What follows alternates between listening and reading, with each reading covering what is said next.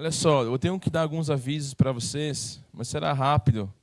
Uma das coisas que eu quero conversar aqui rapidinho é que nós, na Igreja Sola Church, aqui, a Solite, né, alguns não sabem por que é Sola, mas é Source of Life Apostolic Church, a Igreja Apostólica Fonte de Vida, então está abreviado. Nós temos aqui áreas que nós podemos servir. Então, nós temos o louvor, nós temos a dança, nós temos aqui áreas da administração, da reforma, tá? Nós temos vários departamentos que você pode, de alguma forma, oferecer, né, o seu trabalho. E não é voluntário, tá? Porque com Cristo não tem voluntariado. Ele lhe comprou. Então, só pode servir quem entendeu isso, que Deus chamou para servi-lo. Amém? Então, quem me segue, esse me servirá, foi o que Deus disse. Então, servir é uma semente sobrenatural. Todo aquele que serve o Senhor, ele recebe em autoestima 30, 60, 100 vezes mais. Isso não é uma barganha, ou eu sirvo para receber alguma coisa, porque de fato nós já estamos devendo. Tudo que ele já fez por nós já nos condiciona de devedores. Né? Paulo diz que já era um eterno devedor. Então todo mundo já está em dívida. Se você não faz, sua dívida só está aumentando. Mas Deus é tão bom que ainda quando você o serve, numa perspectiva de retribuir o que Ele fez por ti, Ele te acrescenta ainda mais. Deus lhe abençoa ainda mais. Isso é fato, eu posso ver a minha vida e a gente conhece a árvore pelos seus frutos, e eu posso dizer o quanto Deus me prosperou o servindo. E também posso colocar muitos textos bíblicos aqui que vai mostrar para você que servir é algo que atrai o coração de Deus. Tanto é que uma viúva pobre, sem condição financeira, estava recolhendo gravetos para fazer uma lenha, aquecer o seu fogão, fazer ali uma comida, e era a última refeição dela. E depois que ela começa a refeição, ela morreria. E enquanto ela estava fazendo esse recolhimento desses gravetos, um profeta apareceu e disse que estava com sede. E automaticamente ela, recolhendo o graveto, olhou para ele e deu água para ele. E aí, quando ele entregou água, ele falou assim: eu estou com fome. E quando disse eu estou com fome, ela disse: então vem em casa. E ele falou: o que você tem? Eu só tenho um pouquinho de farinha, vou fazer um pão, vamos comer e vamos morrer. Eu e meu filho. Ele disse ainda assim: então me dá isso que você tem. Então, em uma lógica para nós, em uma lógica que nós vivemos hoje, isso ia parecer uma fábula, não é verdade. Mas a Bíblia diz que ela preparou. Então, o filho e ela sentiu o cheiro da refeição que ela e ele não faria, porque decidiu honrar o profeta, decidiu honrar e servir a Deus. E a Bíblia diz que assim que ele comeu, ele falou assim: agora junte o máximo de azeite, de bacia que você puder. E quando ela trazia as bacias, começou a se produzir óleo, e o óleo foi enchendo todas as vasilhas. E aquela mulher, de um grande deserto que ela ia viver, financeiro, que estava acontecendo no país, naquela época, ela prosperou em meio ao deserto. E eu aprendi isso lá atrás e até hoje sirvo o Senhor. Para quem não sabe, nós saímos de Ramamatos todo final de semana, dormimos aqui na igreja, tomamos banho no banheiro das mulheres ali, né? E a gente serve ao Senhor. E quem está falando isso aqui? É um pastor que, de fato, se nós decidíssemos, não precisaríamos mais disso. Porque Deus nos prosperou tanto a minha casa, que eu já não precisaria mais fazer isso. Mas por que eu faço? Porque eu entendi que quando Deus nos chama, nós vamos retribuir servindo aquilo que Ele já fez por nós. E pela sua graça, Ele nos prospera. E se eu perguntar assim agora, fica até muito mais claro: quantos querem prosperar? Todo mundo levanta a mão. E se perguntar, então, quantos querem servir? Amém?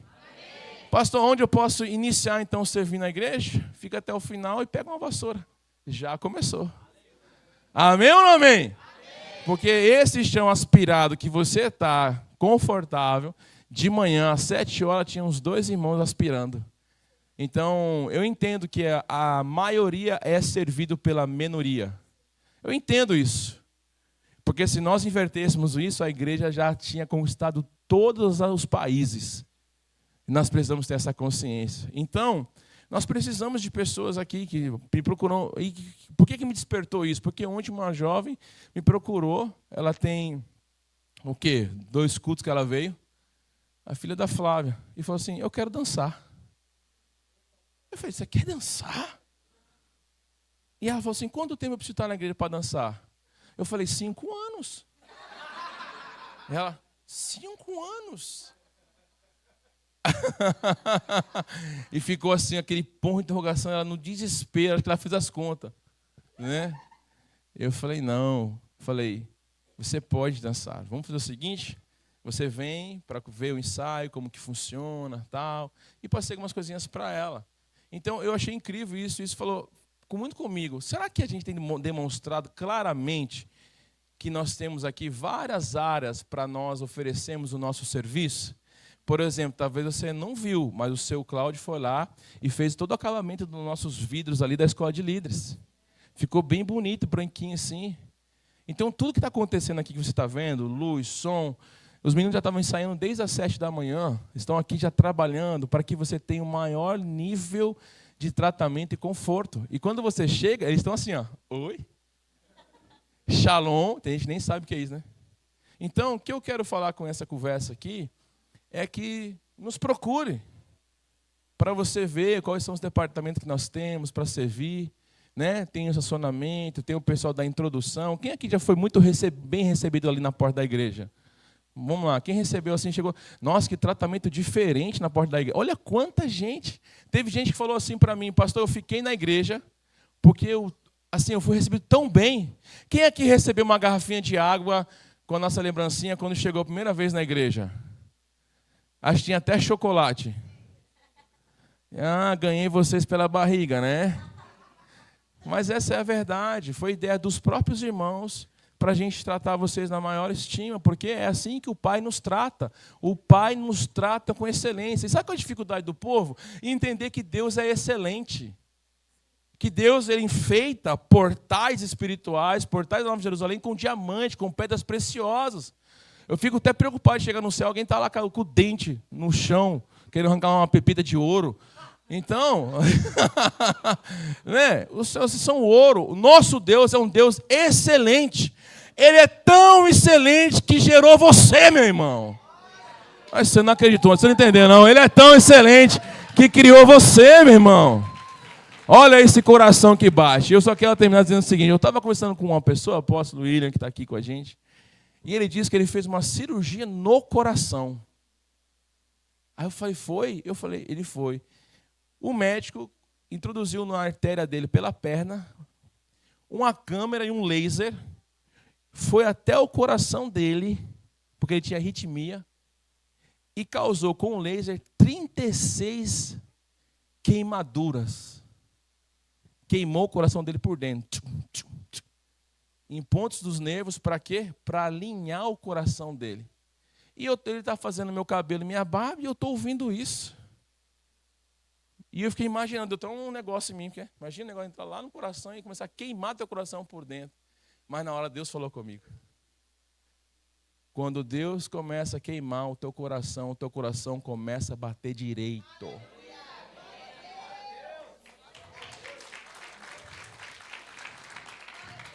Então, se o coração seu ainda não foi queimado, você não está queimando por Jesus, inflamado, paixão, eu te quero, Senhor. Eu quero dizer que você está com arritmia espiritual.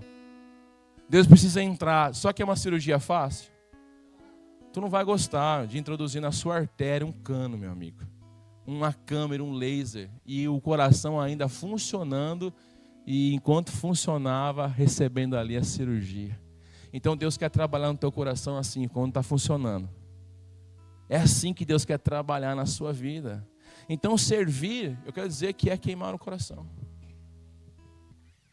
Quantos querem que o coração aí, agora tirando a palavra, a vida espiritual esteja alinhada, a vida de Deus esteja alinhada? Procure servir o Senhor. Amém? Quem está comigo aqui, diga amém. A Emily está falando mais amém do que todo mundo. Diga amém.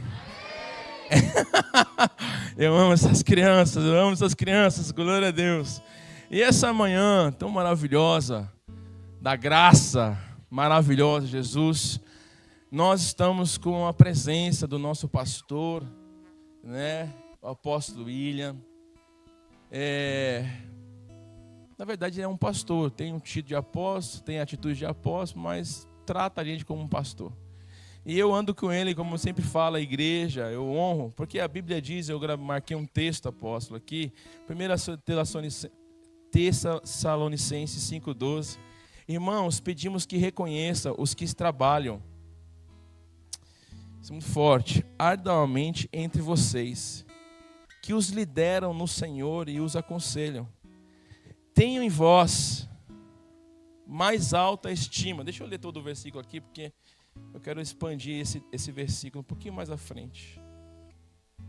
Olha só, no verso 12, vou ler de novo. Agora pedimos a vocês, irmãos, que tenham consideração para os que se esforçam no trabalho entre vocês e que os lideram no Senhor e os aconselham. E aí nós estávamos recebendo ali na mesa agora mesmo. Tenham-nos na mais alta estima, com amor, por causa do trabalho deles. Vivam em paz uns com os outros. Exortamos vocês, irmãos, a que advirtam os ansiosos, confortem os desanimados, auxiliem os fracos, sejam pacientes para com todos. Oh Deus, ajuda eu nesse ponto. Tenham cuidado para que ninguém retribua mal com mal, mas sejam sempre bondosos um para com os outros e para com todos. Esse 16 é lindo. Alegrem-se sempre. Dá um sorriso aí, smile. Dá um smile aí. Alegrem-se. Não, foi muito fraco. Alegrem-se. Só hoje. Só agora. Alegrem-se. Aí eu vou dizer assim: tenho conta. Aí você fala: alegrem-se sempre. Tenho conta. Tenho dificuldade. Eu tenho dificuldade no casamento. Tá frio. Tá calor. Sou feio. Não, né, gente? Aí também não. Galera, assim, se deixar, vai embora, né? Sou pobre, alegre-se sempre. Tô sem dinheiro, alegre-se sempre. Mas é também. Alegrem-se. Alegrem-se. E o texto diz assim: orem continuamente. E o verso 18 é coisa linda. Deem graças em todas as circunstâncias, pois olha só, pois esta é a vontade de Deus para vocês em Cristo. Qual é a vontade de Deus? Qual é a vontade de Deus?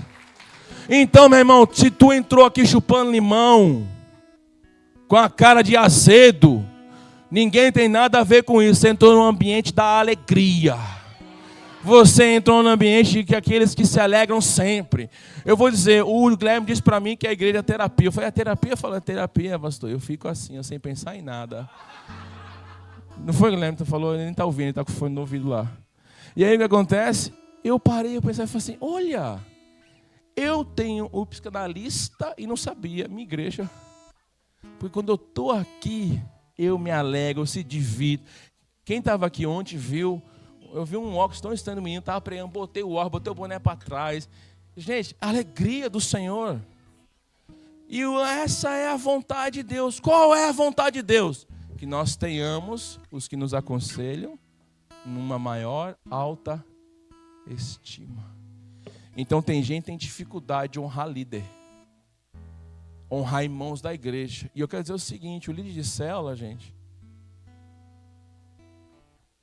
não sei se eu falo, deixa quieto, vai. Fala ou não fala? Fala ou não fala? Fala, pode falar, pô. É que eu não posso aqui atrapalhar o que você vai pregar, né? Vou falar então. O líder de célula, ele não é o seu quebra-galho.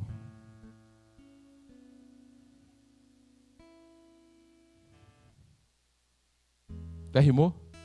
O seu líder de célula não é o seu. O seu líder não é quebra-galho, meu irmão.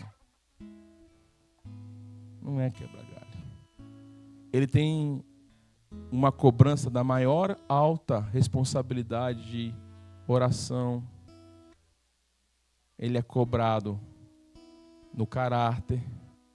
Ele é cobrado em cuidar da sua família.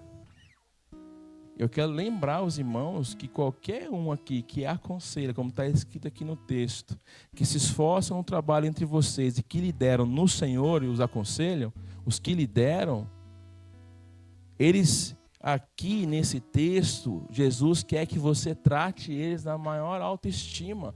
E nós não devemos ter problemas aqui de considerarmos pessoas que servem, que lideram, em uma autoestima. O que é isso? Honrar, reconhecer a autoridade, reconhecer esse trabalho. Então, eu não concordo de botar uma área VIP, mas eu concordo com o que a Bíblia diz, considerá-los em alta estima. Quem? Pessoas importantes no mundo secular, corporativo? Não.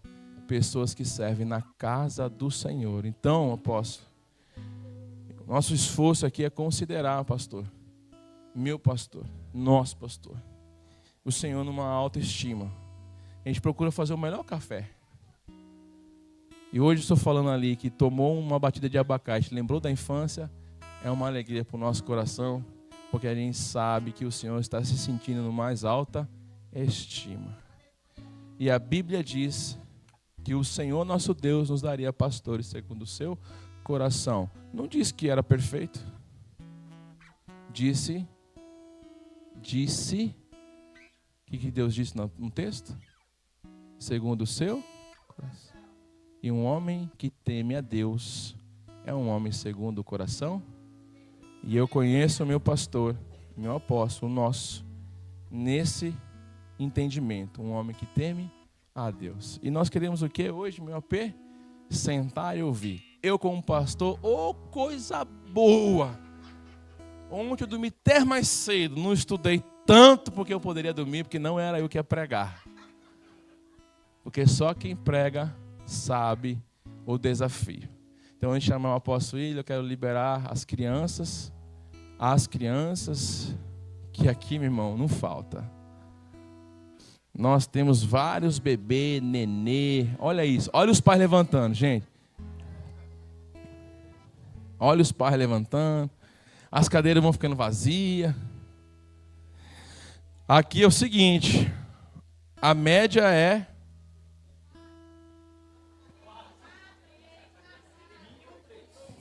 A média é 3 aqui. Eu vou botar a minha média, 2. 2, né, Juliana? Nós estamos 2. Quem aqui tem 2 filhos? 2, só 2, só 2, só 2? Ó.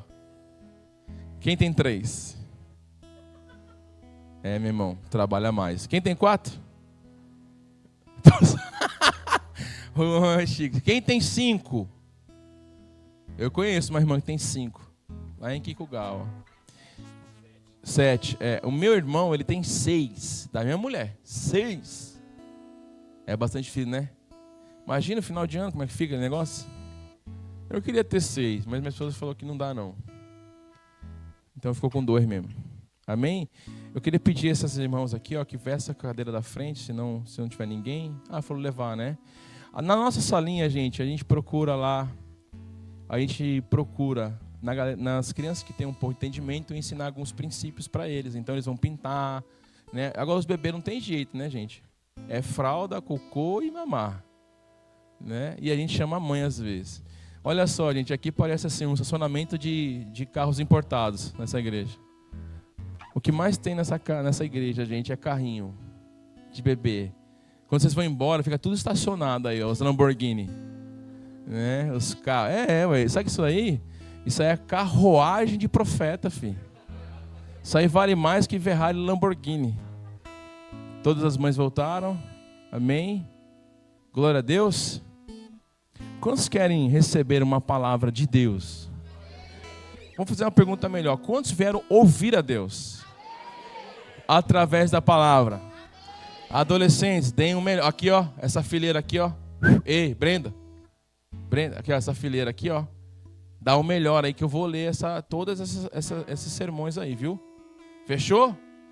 E cadê a Maria Eduarda? Ó, desenho uma posse bonita, tá? Por favor. Né? Porque tem uma discípula adolescente que ela desenha a pregação. Então eu já vou dizer aqui, desenha e desenha magro, que vai ficar mais feliz, tá bom? Desenha magrinho. Eu queria então, meu AP, que o senhor viesse aqui. Vamos aplaudir o Senhor. A vida do nosso pastor, apóstolo William, o nosso fundador, presidente do ministério. Que alegria é ter o Senhor aqui. Gente, alguns irmãos falaram para mim, pastor, o senhor está cheiroso. Eu aprendi com o apóstolo William. Sempre esse homem estava cheiroso e me aconselhou os perfumes. Glória a Deus. Apóstolo, Deus abençoe.